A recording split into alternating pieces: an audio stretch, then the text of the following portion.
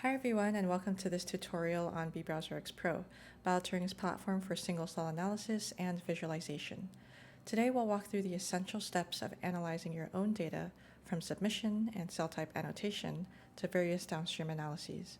We'll focus on a practical case study combining 3 public datasets to demonstrate how you can gain deep biological insights using BBrowserX Pro. Before we dive into the analysis, let's take a quick tour of the key features available on the platform. With the rapid expansion of single-cell RNA sequencing, scientists are now generating enormous atlases of data, often exceeding 10 millions of cells, which demand robust processing and computing power. BBrowserX Pro is designed for this challenge, allowing you to submit and visualize these massive datasets on a single UMAP, just like the one you see here. This gigascale dataset handling is one of our core strengths. Beyond scale, the platform provides a comprehensive suite of basic visualization tools for exploring gene expression across different cell populations. You can easily generate and customize violin plots, bar charts, dot plots, heat maps, and upset plots, just to name a few. We also understand that cell type annotation is often one of the most rigorous and time-consuming steps in single-cell analysis. To streamline this, we offer multiple automated approaches for cell type identification, alongside intuitive tools for manual refinement. For fundamental analyses, we provide differential gene expression analysis, enabling you to quickly identify genes that are significantly upregulated or downregulated between specific groups of cells. Following differential gene expression analysis, you can perform pathway enrichment analysis. You can select from a wide variety of pathway databases to perform enrichment and visualize the results using various formats, including a GC plot, dot plot, or bar chart. For more advanced explorations, our Pseudotime or trajectory analysis allows you to track subtle gene expression changes across predicted cell states. This feature is particularly useful for studying developmental processes, differentiation states of cells, or the progression of disease severity. Our cell-cell communication tool infers which cell types are likely to interact based on their ligand and receptor gene expression. You can visualize these ligand-receptor interactions and their associated pathways through various charts, including heat maps like this one.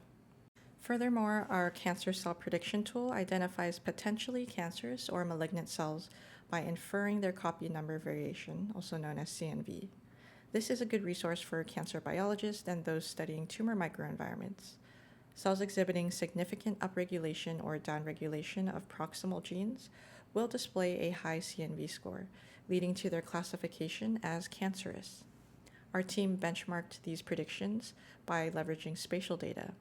In one benchmark, they used Visium HD spatial data, mapping individual spots to single cells, and then applied the cancer cell prediction tool.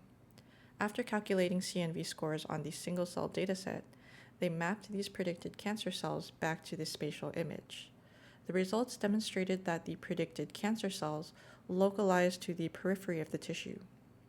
What's special about this dataset as well is that an expert histopathologist independently annotated cancer cells based purely on the H&E image, or just the cell morphology. Now, when comparing these images side by side, our predictions showed a strong concordance with these expert annotations, thereby allowing us to assess the validity of these cancer cell prediction results. BBrowserX Pro also supports the analysis of single-cell T-cell receptor or B-cell receptor sequencing data, which is also known as clonotype analysis. With this tool, you can answer critical questions such as 1. Which cell populations are exhibiting clonal expansion, and what are their specific CDR3 sequences? And 2. What clonotypes are shared across different subjects or treatment groups? This type of analysis is especially useful when assessing the consistency of immune response in treatment cohorts by examining shared clonotypes. Finally, BBrowserX Pro extends its capabilities beyond standard single-cell RNA sequencing to include perturb-seq data analysis as well. When genes are perturbed or knocked down using CRISPR-Cas9, you can run single-cell RNA sequencing to see the effects of that knockdown. Our tool helps you assess the efficiency of guide RNA perturbations by integrating and comparing across 3 different computational methods to identify a consensus. And it also allows you to visualize enriched pathways associated with those perturbed genes. So that was a quick summary of all of the available features on the platform. Now let's dive into the demo. This is the homepage of BBrowserX Pro. This is where you can work in your personal workspace or in group workspaces with your other colleagues.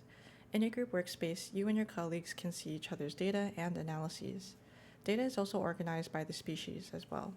And you'll notice that we organize data into projects and studies.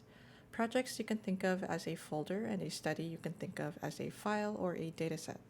Therefore, you can house multiple studies within one project.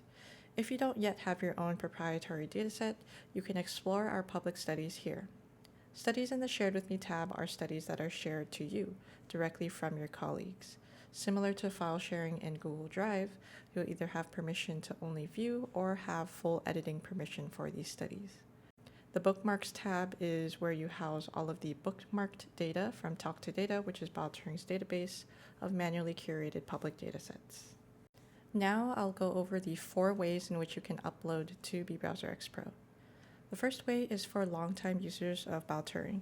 If you've already have studies submitted to the legacy BBrowserX, you can simply migrate your studies from BBrowserX to BBrowserX Pro using the Migrate from BBrowserX button. You can either choose individual studies to migrate or select all of them to migrate them all at once. Next, the next option for uploading data is quite simple. You can simply expand the file storage panel and upload your data directly from your local computer. The third way of submitting data is the way I'd recommend the most, is if you have access to cloud storage such as Amazon S3, SFTP, or Google Cloud, you can directly mount your bucket to BBrowserX Pro and access your files directly from the file storage panel. Lastly, for those of you with coding knowledge, you can access instructions for the BBrowserX Pro SDK here, where you can view the instructions for how to install the specific packages, explore your account, and upload and submit data. Now let's access the dataset that we'll be using in today's demo. We'll first create a new study. Then we'll fill out the study details, the study name, the accession ID, which is a unique identifier created by you to help further organize your studies. We'll verify the technology, and then create a new project to house the study in. I'll put a project name and similarly the project ID, which will help further organize your projects. You can upload one or more batches. We support a multitude of file types, as you can see here, and all you need to do is select a file type and simply drag and drop it from the file storage into the field here. Our study includes 3 batches, so we can utilize the auto-populate batches feature to easily add multiple batches at once. Once we've finished uploading all of our batches, we'll move on to the QC and preprocessing. For those of you submitting an AND data or SRAT object, you can opt to skip all QC and preprocessing parameters, and all embeddings and QC params within your object will be kept as is. Otherwise, if you do enable QC and preprocessing, BBrowserX Pro offers 3 metrics to perform the initial quality control: the number of read counts, the number of gene counts, and the max percentage of mitochondrial genes. You'll notice the platform pre-configures values for each metric, which reflect standard quality control parameters. Once a study is successfully submitted, you may further change the parameters to be more stringent. Selecting the option to apply log normalization here will apply log normalization to your raw counts, allowing you to access both your raw and your normalized counts within the platform. Lastly, if the Apply BioTuring pipeline option is enabled, we will automatically run all of these steps upon submission. This is most recommended for beginner BioTuring users or beginners at single-cell analysis, so that when you explore the dataset, you'll already have the cell type information available for you.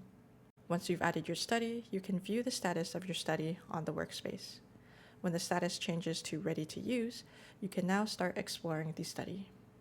To introduce the study first, these 3 datasets were taken from 2 sources: the Human Lung Cell Atlas from the Chan-Zuckerberg Biohub with the PMID number, and the Haberman 2020 paper with the GSE number. You'll also notice that we have 2 PMID datasets. One was sequenced with 10x and the other one with SmartSeq2. These cells came from lung tissue from both healthy subjects and those afflicted with pulmonary fibrosis, which is a disease characterized by fibrosis or overgrowth of extracellular matrix in the lungs. Typically, the alveolar walls become thickened, thus impairing gas exchange. Some of the key players include epithelial cells and fibroblasts. In this demo, I'll be comparing the gene expression profiles between healthy and pulmonary fibrosis by identifying potential gene targets and overall gaining a deeper understanding of the disease mechanisms. Now exploring the dataset, let's first go over some of the UI components on the Explorer page first. On the left-hand side, you have your suite of visualization tools and more downstream analytical tools, such as differential expression. In the center is your projection of individual cells, which are colored by the metadata information from the panel on the right. Lastly, there's also a gene query panel, in which you can query for one or multiple genes and visualize them on your projection. Now let's go over some of the things that occur in the background when you first submit your study to the platform. This starts with feature selection and embedding. Now, because single-cell RNA sequencing data is high-dimensional and noisy, feature selection is a crucial step in identifying a subset of genes, otherwise known as features, that are most relevant for downstream analysis, thus producing more meaningful insights. A common feature selection approach is to select the top highly variable genes, which are genes that vary significantly across cells. These genes are likely to contribute to the differing cell states, conditions, etc. Therefore, we'll use these highly variable genes to create an embedding. Embedding refers to the process of representing high-dimensional gene expression data in a lower dimensional space. This lower dimensional representation, or embedding, makes it easier to visualize, analyze, and interpret the complex patterns within the data. Typical embedding methods include principal component analysis, PCA, which aims to reduce the dimensionality of the data while preserving the most amount of variance within it. That is, PCA will keep the most important aspects of the data, otherwise known as principal components, while reducing the noise. If you submit a single batch to the platform, by default, BBrowserX Pro selects the top 2,000 highly variable genes to run a PCA embedding. If you submitted multiple batches, batch correction can be performed at this embedding step. Since our study comes from different datasets, we'll perform batch correction across the dataset IDs using Harmony, which is a fast general-purpose method for batch correction. Let's run a new embedding by clicking on the embedding tool and selecting batch correction as the embedding type. Then we'll select Harmony as the batch correction method and select batch name as the batch level metadata. And lastly, click Run. After the embedding finishes running, we should always run a new projection using the embedding that we just performed. These projections are more specifically called t-SNEs or UMAPs, and these allow us to visualize our single cells in a 2D scatter plot. It's recommended that you select your method of projection based on your study size. For example, t-SNEs are excellent at preserving the local structure of the data, but doesn't really reliably preserve global structure. In other words, the distances between cell clusters may not be meaningful. This is more recommended for studies that are under or equal to 200,000 cells. For studies that are greater than 200,000 cells, we recommend visualizing your study as a UMAP. UMAPs excel at preserving local and global structures and provides a more accurate representation of the overall relationships between your single cells. Even though our study is only composed of 184,000 cells, I'll opt for visualizing my cells in a UMAP. I want to make sure that I'm selecting an existing embedding, meaning I'll choose the embedding that we just ran in the previous step. Now when we compare our UMAP that is not batch corrected to our UMAP that is batch corrected, we can see that Harmony demonstrates a good integration of the three datasets. As a side note, if your file already contains embeddings and projections, we will directly import those and preserve them within the projection drop-down menu here. Now let's move on to one of the most commonly asked questions when analyzing single-cell data. How do I know what cell types are present in my dataset? To tackle this, we'll start with clustering analysis. Clustering refers to grouping cells together based on how similar their gene expression profiles are. Typically, cells of the same type will have similar expression profile. Louvain clustering is one of the most commonly used methods that constructs a network of communities or cell groups that both maximizes connections within a community and minimizes connections between communities. The resolution value determines the quantity of clusters. Lower resolution value will yield less clusters, where high resolution values will yield more. The optimal resolution value depends on how finely you want to annotate your cells. If wanting to find cell subtypes or more rare cell types, a higher resolution value is more appropriate since clusters are more finely separated. If you don't know what resolution value to choose, you can also input multiple values and run them all at once. At a resolution of 0.5, for example, I have a total of 22 clusters. Ideally, each cluster represents a unique cell type. However, proximal clusters can also represent the same cell type. Now comes the task of cell type annotation. This is often a laborious task that relies on prior knowledge of key marker genes for each cell type. Moreover, there often doesn't exist a consensus list of key marker genes, nor can you find a list of marker genes for rare cell types. Thus, BBrowserX Pro addresses these challenges by offering an automated method for cell type annotation, only requiring manual review and refinement at the end. The meta-reference method utilizes talk2data, our database of over 3,000 single-cell RNA sequencing studies, to compare the marker genes within the database against marker genes in your study. This method offers multiple metrics by which you can use to assess the quality of the predicted annotations, allowing you to manually refine the results. We'll want to select the clustering analysis performed in the previous step as the input metadata. Then we'll select subcell type as the prediction type. And this last step is most important. We want to customize the reference. This is because we don't want to use the entire database of single-cell RNA sequencing studies in our prediction, since this database is full of studies from many different tissues, many different cell types, and many different conditions. Therefore, I only want to include the most relevant studies in my cell type prediction. For this, I'll add lung tissue to the filter, then click Predict with Filter. Now let's go over how to interpret the results from the cell type prediction analysis. In the overview, you can see that for each cluster, it gives you a list of the predicted major cell types and the subcell types. Based off of all of the information and metrics that you gather from the report page, you can change the final annotation. If we hover over one of these cell types, you'll be able to see a list of the core marker genes from our lung-related studies. Additionally, you can interpret the agreement rate as the percentage of studies that quote-unquote agree with this annotation of fibroblasts as cluster 4. Keep in mind that the percentage next to each predicted cell type reflects the agreement rate, and these percentages do not reflect the proportion of cells that annotate to these specific cell types. On the right-hand side, you'll be able to see for each cluster your list of the top 100 marker genes.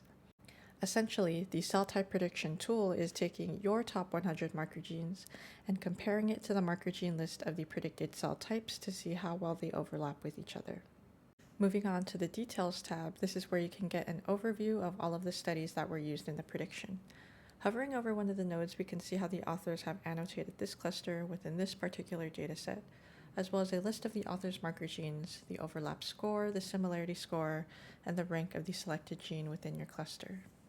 If we were to click on a gene, this will navigate us to the Genes tab. This is where you can get more information about the metrics involved in calling this particular gene a marker gene. For example, you'll be able to see the within cluster coverage, the outside cluster coverage, the log2 fold change, as well as the weighted log2 fold change. And finally, we have the Studies tab, which again gives you an overview of all of the studies that were used in the prediction. If you click on the title, this will directly link you to the paper. Overall, this gives you a summarized view of all of the marker genes for each predicted cell type. After assessing all these metrics, and if you're happy with the final annotation, you can choose to save these cell types to your metadata. And now we navigate back to our UMAP.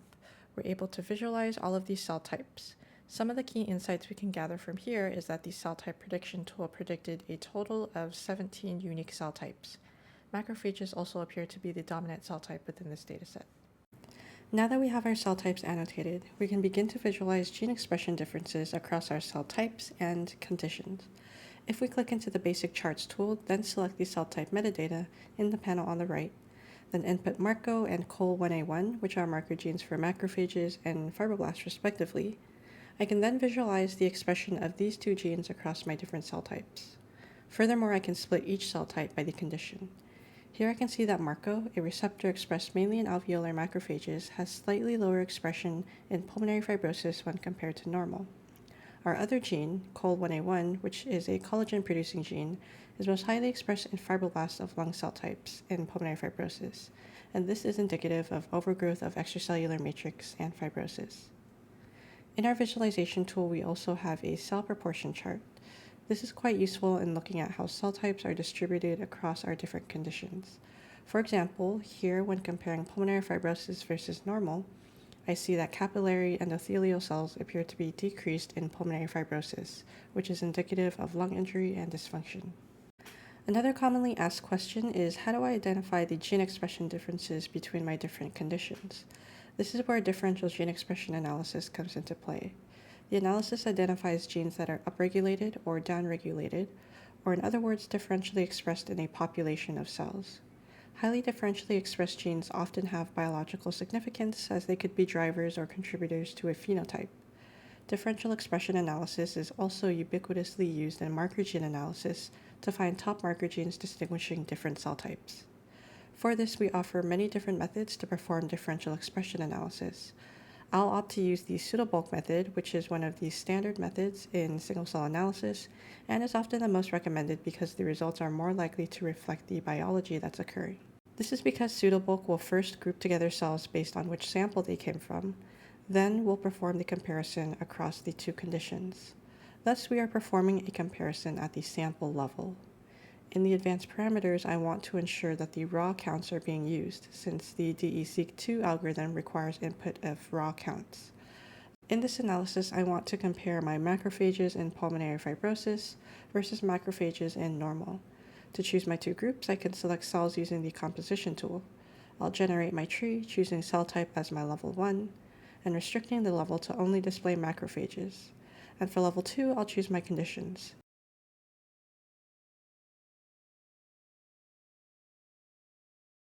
Then I can assign my groups.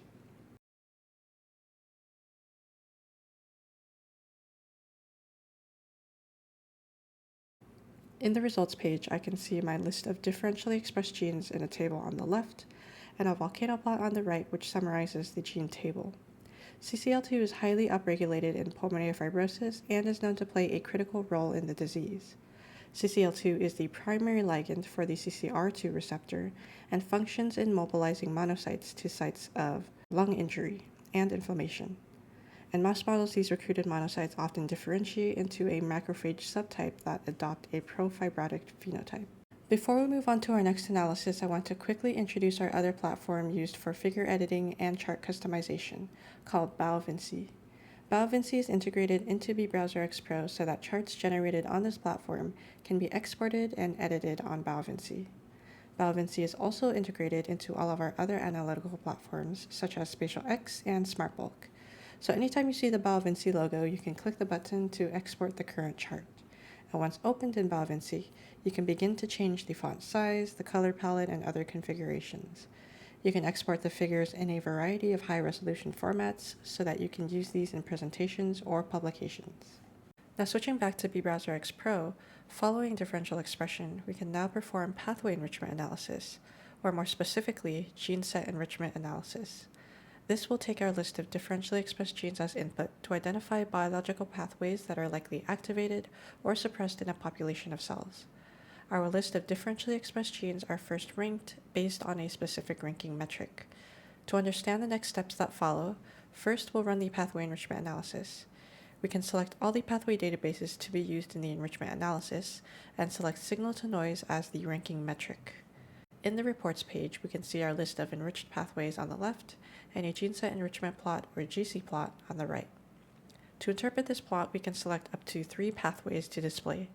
Each pathway is represented by a different color. If we were to theoretically walk down our ranked list of differentially expressed genes, we can mark whether we encounter a pathway gene in our ranked list. These marks are indicated by vertical bars. Every mark will increase the enrichment score, and the peak of the enrichment score will indicate the final enrichment score for a given pathway. More generally, if we observe pathway genes that are found to be aggregated towards the left-hand side of the graph, these pathways are considered enriched or upregulated in pulmonary fibrosis macrophages. Alternatively, we can also observe an opposite pattern where pathway genes aggregate towards the right-hand side of the graph, indicating a downregulation or suppression of these pathways in pulmonary fibrosis macrophages. Thus, gene set enrichment analysis helps us understand the broader biological context and cellular behaviors that are occurring. Some key insights from this plot are that the top enriched GO pathways are related to the ECM disassembly and organization, which really speaks to how macrophages may still play a role in tissue remodeling in disease. Next, we can assess what cell types are communicating with each other using the cell-cell communication tool. This tool infers cell interaction based on gene expression of particular ligands and receptors. This tool is originally based off of the CellChat package and database, with modifications to running on GPU. To interpret the output, sender cells with a high expression of the ligand gene and receiver cells with a high expression of the receptor genes will have a high interaction strength, meaning these two cell types are very likely to communicate with each other. We can perform separate cell-cell communication across our conditions, selecting the cell type metadata as the input. Here we can see that a lot of cell-cell communication is occurring between fibroblasts and type 1 pneumocytes in pulmonary fibrosis. This communication is likely occurring through this particular interaction from the collagen pathway, and this is most likely contributing to fibrosis and the overgrowth of the extracellular matrix. When compared to the cell-cell communication in normal, there appears to be less communication occurring with macrophages. If we were to hone in on some of these interactions, we'll be able to see the expression of these ligands and receptors across other cell types as well. In addition, I can get an overview of the interactions occurring across many different cell pairs, and these are most likely contributing to the overall cell-cell communication network. If we connect these findings back to our findings from differential expression analysis, we found that CCL2 was upregulated in pulmonary fibrosis. Therefore, we can filter for interactions containing CCL2. While CCL2 has been found to be upregulated in pulmonary fibrosis macrophages, this gene expression is also high in fibroblasts of both disease and normal. Endothelial cells are the main receivers of CCL2 via the ACKR1 and ACKR2 receptors. These two are atypical receptors, meaning they do not function in initiating classical cell migration, such as in the case of CCL2 and CCR2. In fact, binding of CCL2 to ACRK1 and 2 may be competing for the binding to CCR2, thereby impeding the overall profibrotic and inflammatory response, which is critical for migrating disease progression. When we annotate our cell clusters, these clusters will oftentimes be representative of a cell type at various stages of development, differentiation, or activation. In other words, a cell cluster could still be pretty heterogeneous. Thus, it may be of interest to distinguish these various stages and identify key genes driving cellular transitions. Pseudotime infers a trajectory along a population of cells to track the dynamic gene expression changes that occur across different cell states. This tool is based off of the Monocle 3 package with enhancements to runtime. To start, we have to first subcluster the pulmonary fibrosis group. Next, it's known that alveolar type 2 cells differentiate into alveolar type 1 cells, especially in states of lung injury, in order to restore the damaged alveolar lining. Thus, I'll further subcluster these two populations of cells to track this differentiation. Pseudotime is also highly dependent on the shape of the UMAP in order to facilitate interpreting the results. Therefore, I'll run a new UMAP after I finish subsetting. Then I can run pseudotime using that new UMAP. Next, I need to identify a root cell or a starting point located within the alveolar type 2 population.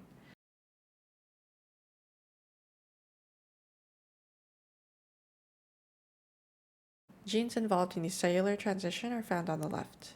For example, SFTPC and SFTPA 1 and 2 are standard and specific marker genes for alveolar type 2 cells. We see the decrease in these gene expressions as we arrive to our AT1 population. If we were to repeat these same steps in our normal condition, we can observe an overall lower proportion of both AT1 and AT2 cells in pulmonary fibrosis, indicating that AT2 cells are perhaps not able to differentiate into AT1 at a rate that could protect against fibrosis.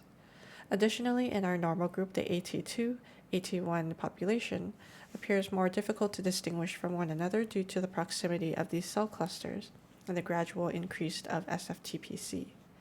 Thus, the AT2 to AT1 differentiation may be occurring more in normal than in pulmonary fibrosis.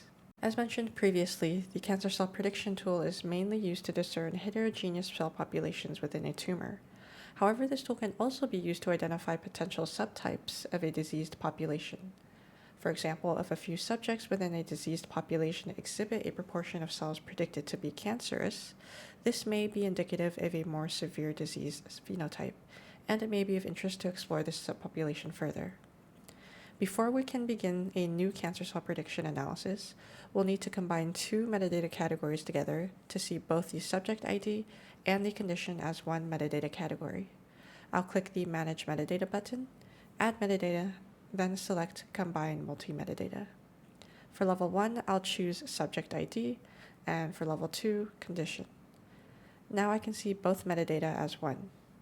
Another tip I'd like to leave is you're also able to create metadata groups or folders to better organize the most important metadata that you access most frequently. For example, I can create a favorites folder and start moving important metadata into that folder. Then when I access the metadata from the panel, I can immediately go to my favorites folder first. Next, to perform a new cancer cell prediction analysis, we'll first have to define the reference. This is because the tool requires us to define a specific cell type that has a low probability of CNV events occurring in specific cancers. However, if you do not know which cell type to choose for the reference, you can opt to allow the tool to do so automatically. This automatic selection of the reference is based on the scEvan package, in which the authors have already defined a set of signature genes for non-malignant cells for certain cancers. For example, since our study was taken from lung tissue, we'll define the cancer type as carcinoma, which will identify malignant cells from a population of epithelial cells. The tool will then attempt to search for an immune or stromal cell population as the reference. This reference cell type will then establish the baseline CNV profile for what is considered a normal non-malignant cell. Under the advanced parameters, we want to make sure that we are selecting the non-batch corrected embedding, that is, the PCA embedding. This is because we'll also be inputting the subject information, which will run cancer cell prediction separately on each subject. This is based off of the principle that each subject has different baseline or normal CNV profiles. This also helps to identify CNV patterns that are unique to a particular subject. In the reports page, you'll be able to see for each subject the inferred CNV scores. You can set the threshold for what you would consider a high CNV score, and the cancer cell classification will update accordingly. By default, we utilize an algorithm called Otsu's method to establish this threshold automatically. But of course, you can also manually set the threshold as well. In the heat map tab, you can locate where these CNV events are occurring and whether those locations are experiencing duplication or deletion events. In the phylogeny tab, you'll be able to see how groups of cells represented as a node branches into other groups of cells and that gradually turn cancerous. You may click on a node to examine where on the mini UMAP that cluster of cells is located. Now, if we were to look at the CNV scores across our subjects in a violin plot, we'll notice that subjects that were sequenced with SmartSeq2 appear to have a very high CNV score. This is most likely due to the increased sequencing depth and therefore are not relevant to compare to the rest of our subjects which were sequenced with 10x. I observed that subjects 60 and 61 have a slightly higher CNV score than the rest of the pulmonary fibrosis disease subjects, which leads me to hypothesize whether these two subjects may be at a more severe disease state than others. In any case, it might be of interest to investigate further. We've now reached the end of our tutorial. By walking through a case study on pulmonary fibrosis, we were able to cover the general workflow for analyzing single-cell RNA sequencing data on BBrowserX Pro, from data submission to cell type annotation, differential gene expression, and other advanced analyses. I hope this video has given you the foundation to navigate your own data analysis. And if you have any additional questions or need any additional assistance, you can always email us at support@BioTuring.com. Thanks for following along.